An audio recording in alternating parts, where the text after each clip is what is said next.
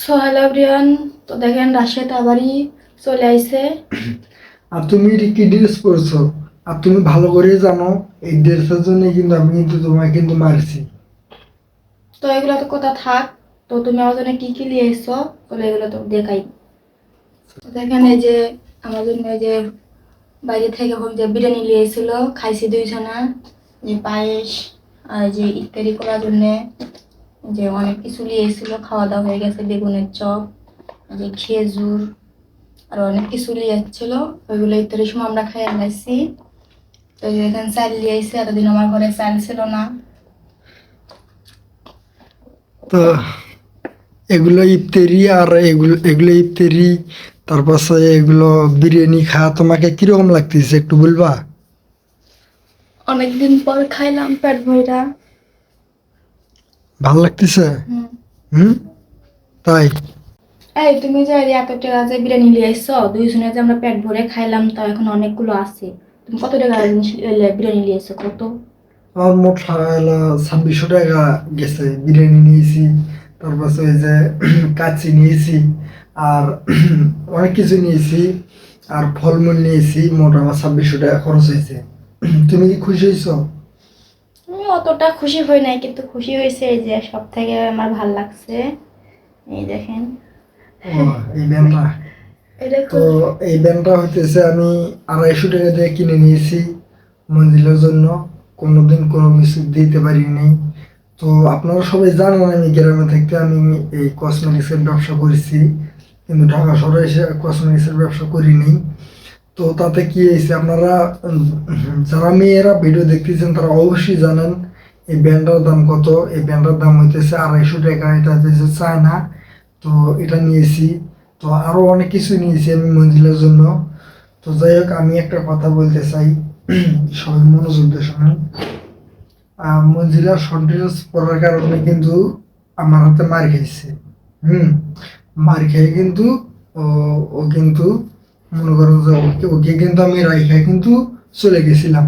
ঠিক আছে। আর দ্বিতীয় কথা হইতেছে, আমার ফোনটা আমি পাইছি ইনশাল্লাহ। আল্লাহর কাছে আমি শুক্রিয়া আদায় করি। আর তৃতীয় কথা হইতেছে, ওর কাছে যে ফোনটা ছিল ওটা ও বিক্রি করছে। ও বিক্রি কইরা টাকাগুলো কি করছে না করছে এটা আমার হিসেব দেয় নাই। আর আমি এই কথাটা আমি তুলতেও চাই না। আর সবচাইতে একটা মজার বিষয় হইতেছে, আমি আমার ফোনটা ফিরিয়ে পাইছি। এতে আমি অনেক খুশি। সব থেকে মজার বিষয় হচ্ছে তুমি যে চলে আইছো, আর এখন থেকে আমরা দুইজনে সবসময় ভিডিও করব। এটাই সব থেকে মজার বিষয়। এটা। হ্যাঁ। আচ্ছা, যাই হোক। তো আপনারা আমি যে মঞ্জিলাকে রেখে চলে গেছিলাম, তো আপনারা কি মাইন্ড করছেন কি করছেন না তা আমি জানি না। তো শুধু এতটুকুই বলতে চাই, তো আল্লাহ তাআলা যার যেখানে রিজিক আছে, আর যার যেখানে যার সাথে যাকে রাখে, এটা একমাত্র উপর আল্লাহ তাআলাই জানে। ভালোভাবে মানে ভালোভাবে জানে। মানে আমি কোথায় যামু না যামু একমাত্র আল্লাহ তাআলাই জানে। হয়তো মঞ্জিলের সাথে আমার ভাগ্যই ছিল, যার কারণে আমি ভেগে আছি। আরেকটা কথা আমি বলে নিই, আমি আসতে চাইছিলাম না। শুধু আইছি একটা কারণে, আমার এই ফোনটার কারণে। কারণ আমার ফোনটা আমার অনেক স্বপ্নের। আমার ফোনটা তো অনেক কিছুই আছে পার্সোনাল। আমার ফোনটার জন্য আমার আশা। আপনারা আহ, বিশ্বাস করেন বা না করেন, আমি আমার ফোনটার জন্য আইছি। আর তুমি এত ফোন ফোন করো কে? ফোন লেকে থেকে ভাগাই যাবা নাকি? আরে না না, আহ, ফোন নিয়ে আমি ভাগে যাবো গিয়া? এটা তুমি কি বলবো?